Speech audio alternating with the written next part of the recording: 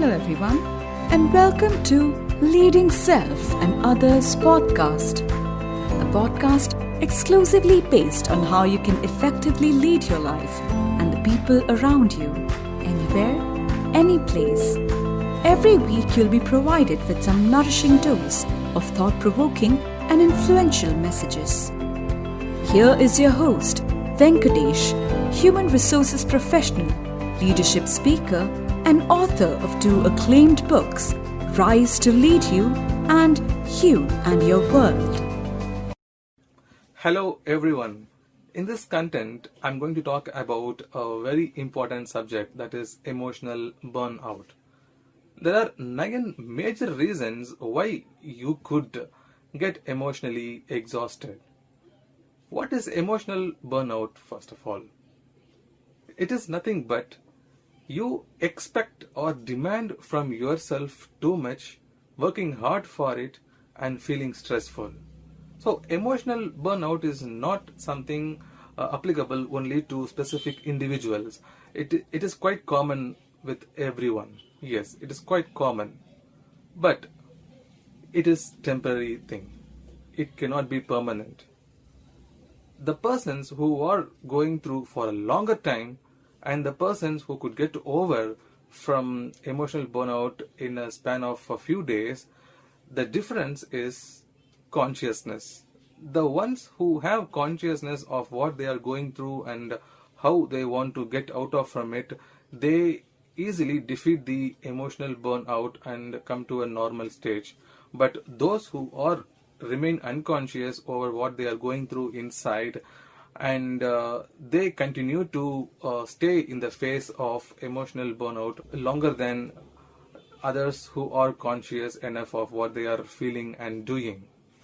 So let's get into the subject, that 9 major reasons why an individual could get into emotional burnout. Number 1, chasing perfection. You could be a person who chases for perfection.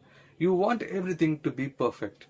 You want to pick certain things to be perfect. You want even a tomato to be perfect.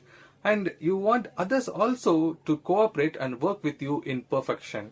So, perfection and expecting to be perfect is something that not only applicable to you and to you what you are doing, but you also expecting others to be perfect. You are expecting others also to do perfection.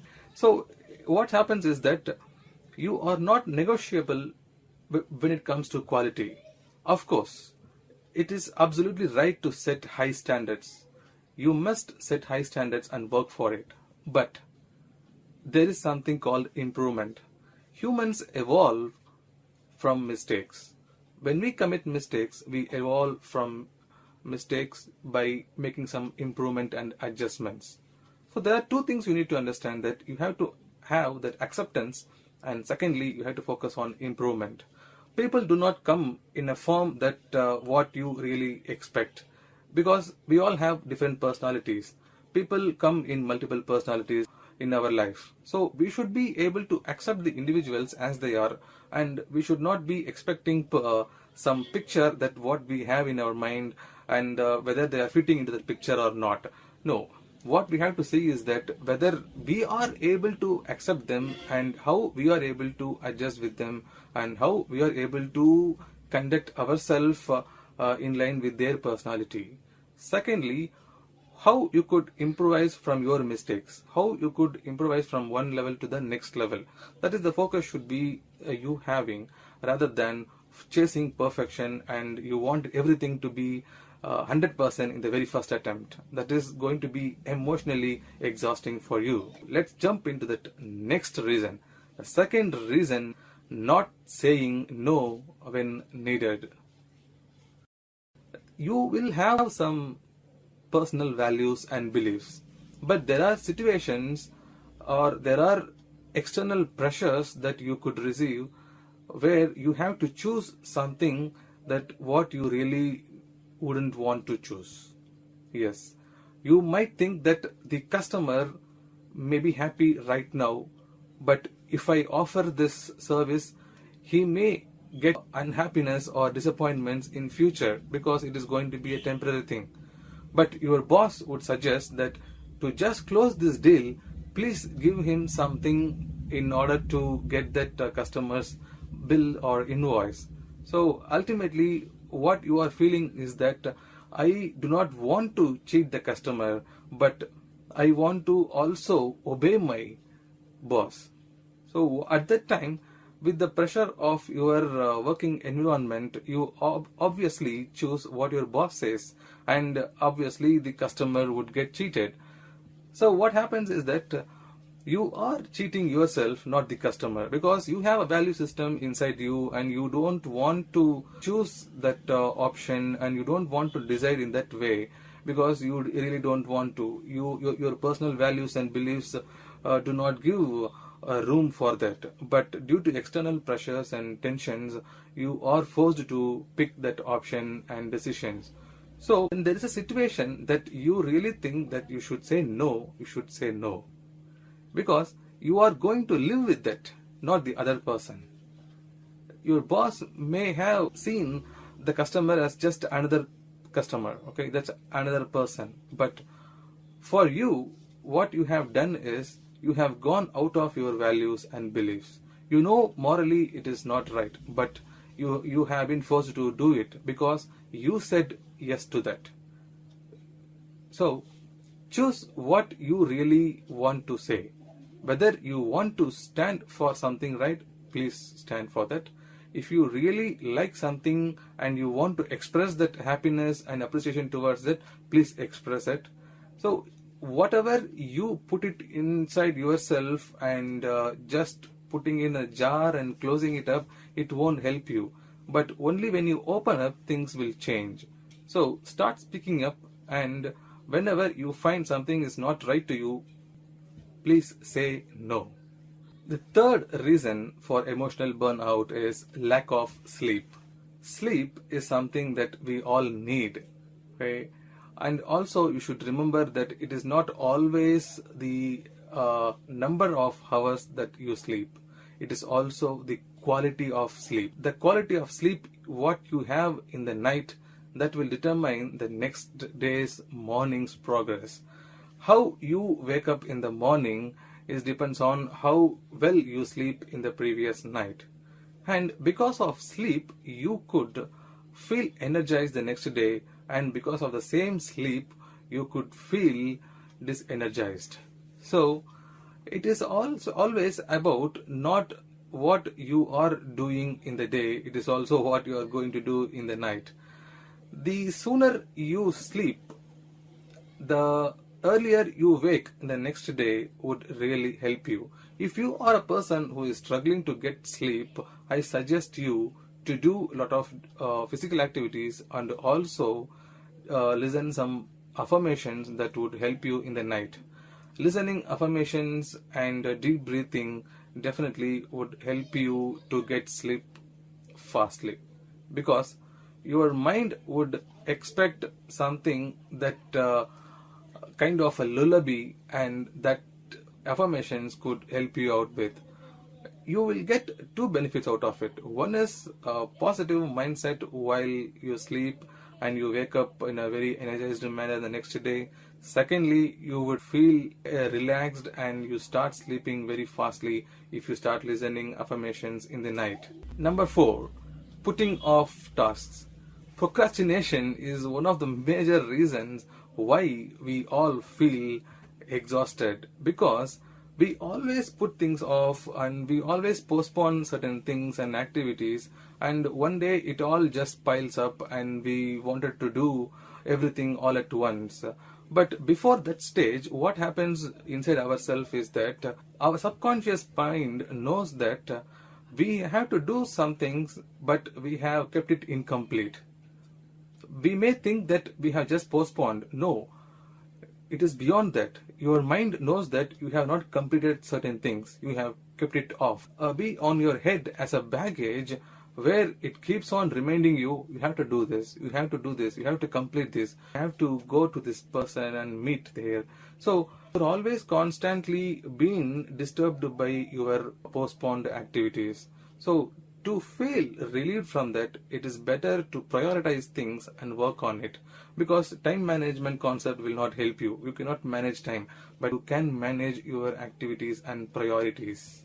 So choose what's important right now and list out them and understand the purpose of it and start working on it, because more than to-do list, your why-do list is also important in handling your emotions. Number 5, inappropriate physical activities.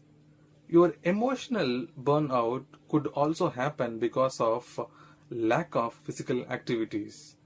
But one more surprising reason I could say is that too much of physical activities also would put you in emotional burnout. Neither too much physical activities nor too low physical activities would help you in your life, because your physical would help you to carry your energy throughout the day, right? If you are not feeling physically well, you cannot feel emotionally well. So what you are doing in the morning, that would help you to carry throughout the day. If you are working out too much, too hard, then definitely you will have the tiredness and stress throughout the day.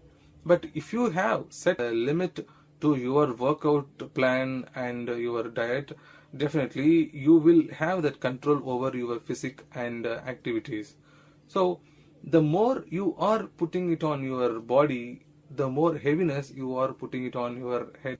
Also, the other way that we should look at it, like the lack of physical activities will put you in a very discomfort state. Your mind would expect something to do something faster, but you wouldn't be able to do it faster because you have some unknown shackles that has been put it on your mind, and you're not able to do it. So to get over from that, you need to do a lot of physical activities if you are not doing.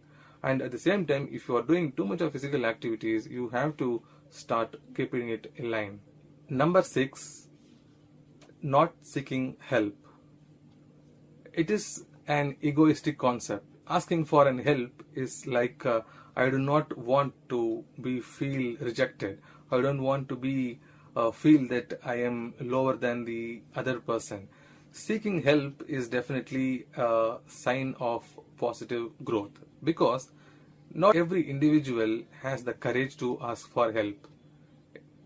And as I said earlier, it is because everyone scared of being rejected or being judged. Okay, so if you ask for an help, it is a help for you, and you would have a greater chance to grow from there on. So asking an help will only make you move forward, not backward. Also, with whom you are asking help is the another question.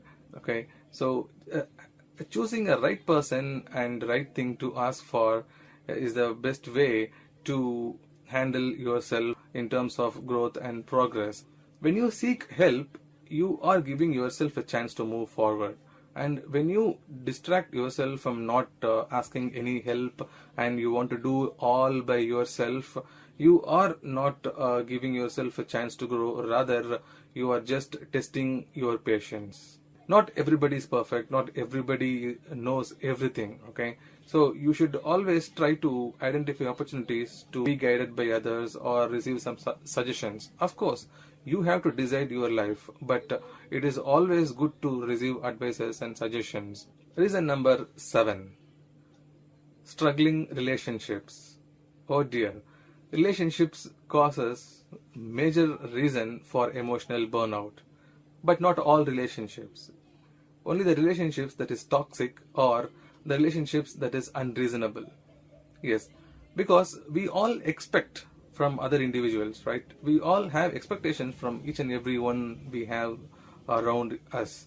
But we have to understand that the more expectations we have from others, the more disappointments we will incur, because it is not humanly possible to fulfill someone's desire at all the time. Okay. At the same time, you cannot expect respect from every individual, and you also safeguard your self-respect. That's a pressure you always put it on yourself, expecting respect, and I also want to feel self-respected. So the thing is that in toxic relationships, what you are giving up is you. So you have to decide yourself that whether I have to continue with the person or not. But if you really love that person and if you really think that person also loves you, but only the behavior is not good towards you, you should have an open conversation and you should address that. Because any toxic relationship and any unreasonable expectations set either by you or the other person will not going to work, because your life is very important and each and every individual has a role to play in your life, and the role what they are playing is also at a certain level controlled by yourself. So you have that responsibility to understand what is the control you have over the other person and what is the control they have over you. Control in the sense, I'm not talking on dominating factors. Control is what we could do and what we cannot do.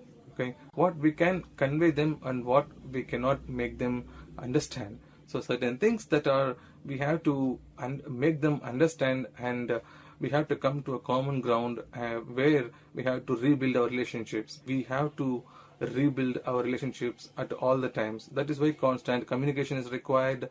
Setting up expectations in a very clear manner is very important. Number 8, caregiving and raising children. Obviously, it is one of the major tasks for every parent and also every individuals who are taking care of their elderly parents or persons who are suffering chronic illness. Okay, of course you have to care yourself and also you are responsible for other individuals. It is a mounting task. It is not going to be easy for you, but believe me, you must be proud of yourself that you are doing an excellent job. But at the same time, you should also realize that your mental health is very important, so that you could also really help the other person. When you are carrying the stress inside you, you are not really carrying that the other person who needs attention, because you are not addressing the core issue. The core issue is that you are tired now, you are stressed, you are exhausted with the physical activities what you are doing here. So if you are not able to address this and be aware of what the changes you are going through inside, you cannot really give 100% to the other person who is in need now. Okay, so you have been doing a wonderful job, but what you are doing for yourself is also important here. So as we said earlier, you have to do lots of other ways of handling yourself and making your life more easier than putting into more troubles. If you can't care yourself, you cannot care others. Reason number 9, working too hard. Hardly working and working too hard, both are not good for you, because there is a limit that what your physical condition could bear. Okay, and also if you are a person who works day and night and day, completely you get stressful with your work. You may feel passionate about doing something, be it is dancing or writing or singing or even working at a place where you think proudly that I'm a workaholic. Okay, these things have their own places and time. It has nothing to do with your overall life patterns. Yes, it's just part of your life. What you are doing, be it as a hobby or work or even any other activities, it is just a part of your daily life and it is not everything. You have to understand that everything has its own place and time. If you are doing beyond that for once, twice, okay, but if you are doing constantly more than the required time, you are putting yourself into trouble. How?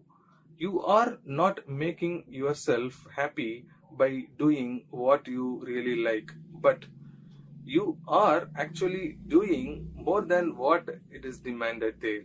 Okay? You are supposed to attend many things in your life and you have responsibilities to address many things in your life. what you are doing is that you are ignoring other important factors and you are focusing only on one thing for a longer period. You may temporarily feel that I feel great when I do this, but in the longer run, you are going to miss many things in your life by focusing on only one thing. So start putting all your efforts and concentration and focus only on certain things. Okay, you should experience life by opting out many things. There are many responsibilities you have, there are many activities you have to do and complete. So start focusing on other areas where you are not really giving the attention, but it really needs from you.